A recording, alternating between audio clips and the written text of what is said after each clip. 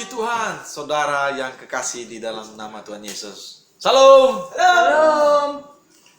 Kita bersyukur kepada Tuhan karena hingga saat ini Tuhan telah menyertai hidup kita sehingga kita bisa ada di tahun 2023. Sepanjang tahun 2022 Tuhan telah menyertai kita, telah membela kita, telah memberikan segala kebutuhan kita. Dan kita percaya bahwa tahun 2023 ini Tuhan masih tetap ada untuk kita. Dia tetap setia bagi kita. Dia tetap menyertai kehidupan kita. Bahkan janji-janjinya yaitu memelihara kehidupan kita. Memang benar kita mendengar banyak berita-berita yang menggemparkan saudara yang kekasih, di mana ada prediksi bahwa tahun 2023 ini adalah tahun yang gelap. Bahkan presiden kita mengatakan tahun 2023 itu awan gelap mau datang. Karena ada resesi global dunia. Berarti ada yang tergoncangkan ya saudara. Tetapi jangan takut. Karena firman Tuhan berkata bahwa kita berada di dalam kerajaan yang tidak tergoncangkan. Kerajaan Allah. Amin. Oleh sebab itu kita jangan takut. Dan itu sudah kita alami bertahun-tahun, bahkan puluhan tahun. Tuhan senantiasa ada untuk kita. Dalam keadaan apapun. Baik kita di gunung maupun kita di lembah. Atau dimanapun kita berada, Tuhan Yesus setia. Tuhan Yesus tidak pernah membiarkan kita. Dia senantiasa bersama kita. Dia senantiasa memberikan keperluan kita. Oleh sebab itu, walaupun ada prediksi yang demikian, kita jangan takut. Karena Tuhan Yesus kita adalah Tuhan yang membawa terang. Dan itu telah disampaikan dalam firman-Nya. Kita akan baca firman Tuhan dari Yohanes 1 ayat 1 sampai 18. Mari kita baca. Yohanes 1 ayat 1 sampai ayatnya yang ke-18. Pada mulanya adalah firman. Firman itu bersama-sama dengan Allah dan firman itu adalah Allah. Ia pada mulanya bersama-sama dengan Allah. Segala sesuatu dijadikan oleh Dia dan tanpa Dia tidak ada sesuatu pun yang telah jadi dari segala yang telah dijadikan. Dalam Dia ada hidup, dan hidup itu adalah terang manusia. Terang itu bercahaya di dalam kegelapan, dan kegelapan tidak menguasainya. Datanglah seorang yang diutus Allah, namanya Yohanes. Ia datang sebagai saksi untuk memberi kesaksian tentang terang itu, supaya oleh Dia semua orang menjadi percaya. Ia bukan terang itu, tetapi Ia memberi kesaksian tentang terang itu. Terang yang sesungguhnya yang menerangi setiap orang sedang datang ke dalam dunia. Ia telah ada di dalam dunia, dan dunia dijadikan olehnya, tetapi dunia tidak mengenalnya. Ia datang kepada milik kepunyaannya, tetapi orang-orang kepunyaannya itu tidak menerimanya. Tetapi semua orang yang menerimanya diberinya kuasa supaya menjadi anak-anak Allah, yaitu mereka yang percaya dalam namanya. Orang-orang yang diperanakkan bukan dari darah atau dari daging, bukan pula secara jasmani oleh keinginan seorang laki-laki, melainkan dari Allah. Firman itu telah menjadi manusia dan diam di antara kita, dan kita telah melihat kemuliaannya, yaitu kemuliaan yang diberikan kepadanya sebagai anak tunggal Bapa, penuh kasih karunia dan kebenaran. Yohanes memberikan kesaksian tentang Dia dan berseru katanya, "Inilah Dia yang kumaksudkan ketika aku berkata, kemudian daripadaku akan datang Dia yang telah mendahului aku, sebab Dia telah ada sebelum aku." Karena dari kepenuhannya kita semua telah menerima kasih karunia demi kasih karunia. Sebab hukum Taurat diberikan oleh Musa, tetapi kasih karunia dan kebenaran datang oleh Yesus Kristus. Tidak seorang pun yang pernah melihat Allah, tetapi Anak Tunggal Allah yang ada di pangkuan Bapa, dialah yang menyatakannya. Puji Tuhan, kita telah membaca firman Tuhan, kita telah mendengarkan firman Tuhan ini yang menyatakan kepada kita beberapa hal yang sangat penting. Yang di awalnya dikatakan pada mulanya adalah firman.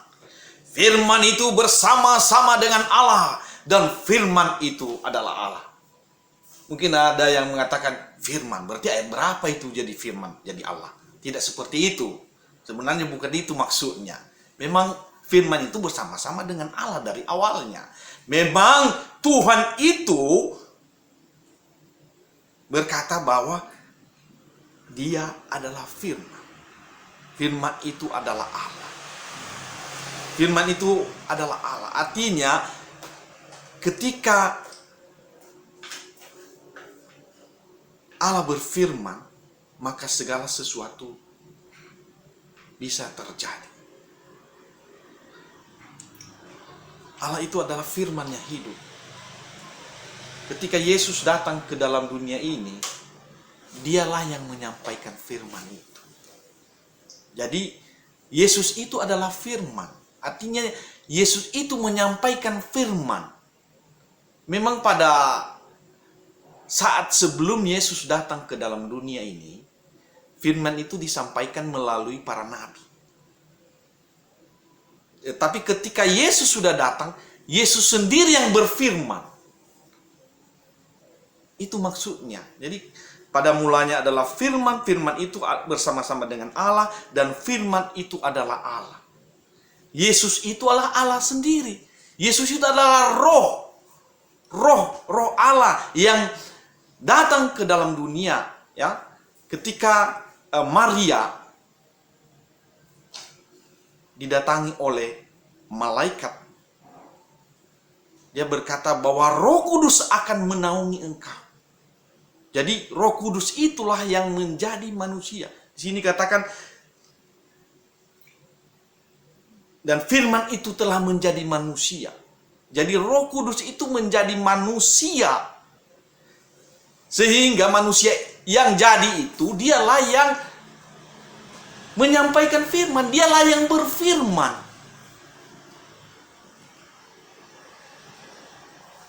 Dan memang benar, Roh Kudus itu bersama-sama dengan Allah. Dan Allah, Yesus berkata bahwa Allah itu adalah roh.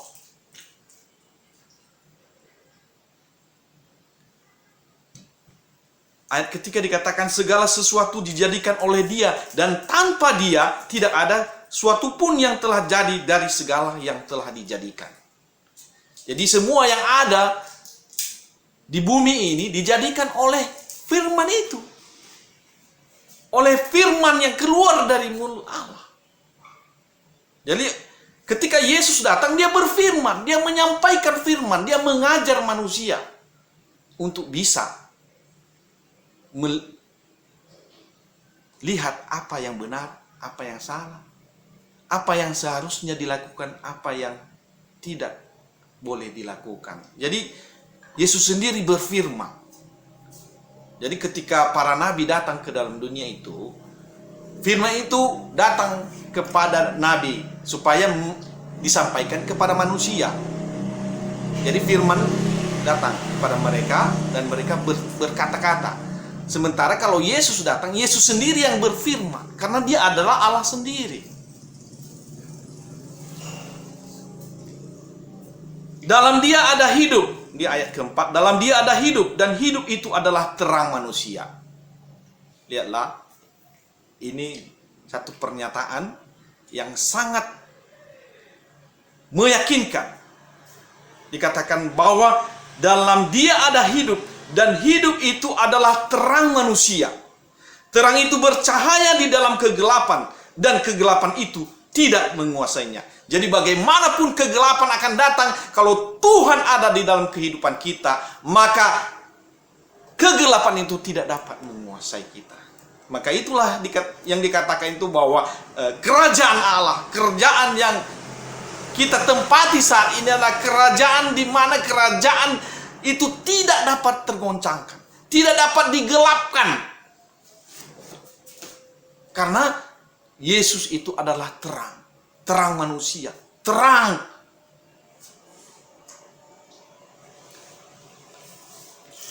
Terang yang sesungguhnya yang menerangi setiap orang sedang datang ke dalam dunia. Itu ayat 9 ya. Terang yang sesungguhnya. Yesus adalah terang yang sesungguhnya. Jadi walaupun 2023 ini diprediksi bahwa akan awan gelap, akan semakin kencang, akan semakin gelap, kita jangan khawatir. Karena Yesus adalah Tuhan kita. Bahkan di ayat 12 dikatakan, Yohanes 1 ayat 12, tetapi semua orang yang menerimanya diberikan kuasa supaya menjadi anak-anak Allah, yaitu mereka yang percaya dalam namanya. Lihat saudara, kita menjadi anak-anak Allah. Kalau kita jadi anak Allah, apa yang kita takutkan? Di ayat 3 dikatakan tadi, segala sesuatu dijadikan oleh Dia. Artinya, semua yang ada di bumi ini, di langit dan di bumi, di semuanya, di alam semesta ini, Dialah yang menciptakannya. Jadi, kalau kita anaknya, Dia pasti memelihara hidup kita. Kita jangan takut, karena ada Bapa kita. Ada Bapa kita yang menjadi terang dalam hidup kita, yang memberikan segala apa yang kita butuhkan. Dia menjamin itu, bahwa Ia akan memelihara kehidupan kita. Karena Dia adalah Bapa kita. Jadi kita jangan takut. 2023 akan kita jalani, namun marilah kita tetap percaya kepada Tuhan. Dikatakan di sini, yaitu mereka yang percaya dalam namanya. Kita harus percaya kepada Tuhan Yesus. Karena Tuhan Yesus itu adalah terang. Jadi sebagaimanapun kata orang itu gelap, semakin gelap. Tetapi kalau ada terang, kegelapan hilang. Katakan di sini, bahwa kegelapan tidak dapat menguasainya. Jadi terang yang dibawa oleh Tuhan itu tidak dapat dikuasai oleh kegelapan. Segelap apapun dia. Segelap apapun dia. Karena Tuhan kita adalah terang. Terang yang hidup. Yang senantiasa bersama-sama dengan kita. Kita jangan takut. Kita harus percaya, kita percaya, dan percaya, dan percaya. Walaupun banyak penjelasan-penjelasan ekonomi sekarang ini, gak usah kita takut. Kita sudah melewati tahun-tahun yang sulit dalam hidup kita ini. Kita telah mengalami banyak hal, tetapi ketika kita berserah kepada Tuhan seutuhnya, kita tidak dibiarkan olehnya. Bayangkan seorang bapak terhadap anak-anaknya. Kalau bapaknya itu, contohnya bapaknya itu pemilik sebuah perusahaan besar, pasti dia tidak akan membiarkan anak-anaknya kelaparan. Dia tidak akan biarkan anak-anaknya terlantar. Itu suatu kepastian. Kenapa? Karena dia adalah bapaknya. Dia adalah yang memelihara mereka. Tapi jauh lebih besar Bapak kita. Bapak kita ini adalah pemilik segala sesuatu. Bukan hanya satu perusahaan. Bukan hanya satu perusahaan besar. Tapi dia adalah pemilik langit dan bumi beserta segala isinya. Sehingga kita tidak perlu takut. Karena Tuhan senantiasa bersama-sama dengan kita. Dia senantiasa memelihara hidup kita. Dia menjamin masa depan kita. Jadi hari demi hari mari kita percayakan hidup kita kepada Tuhan. Dan kita percaya dengan sungguh-sungguh kepada Tuhan. Kita berserahkan seluruhnya kehidupan kita dalam perjalanan hidup kita. Apapun yang kita inginkan, apapun yang kita lakukan, kita serahkan kepada Tuhan. Hanya yang penting bagi kita, kita harus benar-benar menerima Tuhan. Dan segala apa yang diperintahkannya kita lakukan dalam kehidupan kita. Karena Tuhan Yesus berkata, jika kamu tinggal di dalam aku, dan firman-Ku tinggal di dalam kamu, maka minta apa saja yang kamu kehendaki, maka Ia akan memberikannya kepadamu. Demikian firman Tuhan pada malam hari ini. Tuhan Yesus memberkati. Amin. Kita bagi kakiku